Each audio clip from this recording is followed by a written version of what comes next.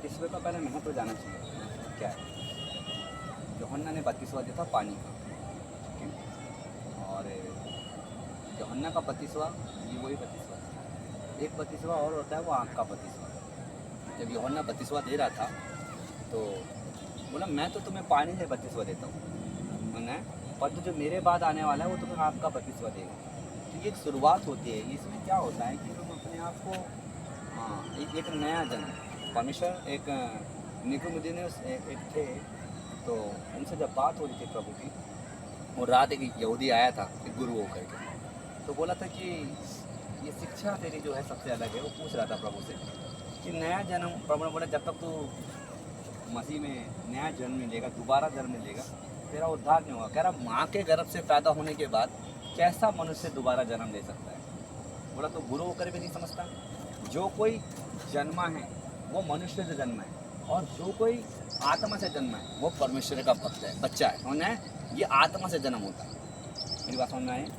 जब आप माँ के गर्भ से रचे थे वो तो तुम जन्मे हो, वो मनुष्य के द्वारा जन्मे, परंतु जब तुम बत्तीसवा लेते हो तो परमेश्वर के द्वारा तुम्हारा एक नया जन्म होता है। यानी कि कहने का मतलब यहाँ पर यह था कि जब तुम जन्म लिए, तुम्हारा नया जन्म हुआ, तो जब मनुष्य बड़ा हुआ तो पापी हो गया, सब कुछ हो गया ना, बहुत गलत काम करे, वो उस चीज़ को धोने के लिए जब इसमें हम डुबकी लगाते हैं तब बाहर निकलते तो एक नया जन्म होता है। जैसे कि माँ के गर्भ से बच्चा आया ना नया, ऐसे ही तुम्हारे पाप इसमें धुल जाते हैं, और फिर तुम कह रहे हो परमेश्वर कहता पाप नहीं करना, फिर हम नए जन्म में आते हैं। तो ना ये हमारी न्यू एंट्री होती है। आगे बात सुनिए, नया जन्म यानी कि दोबारा से पैदा होना, इसे कहते हैं नया जन्म लेना। नारी मेरी बात, परमेश्वर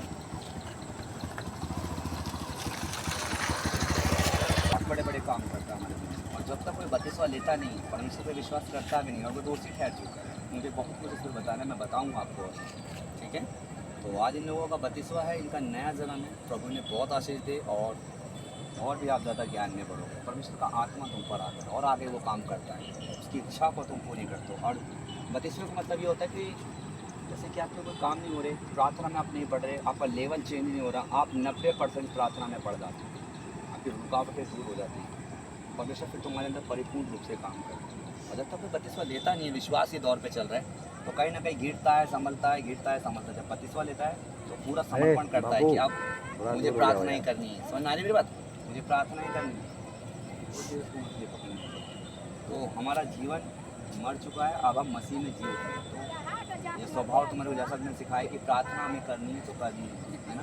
जैसे मैं यहाँ तक पहुँचा हूँ, कैसे पहुँचा, मेहनत करते हुए संघर्ष करते, तो आपने भी मेहनत करनी है, ठीक है। सभी को जय मसीह।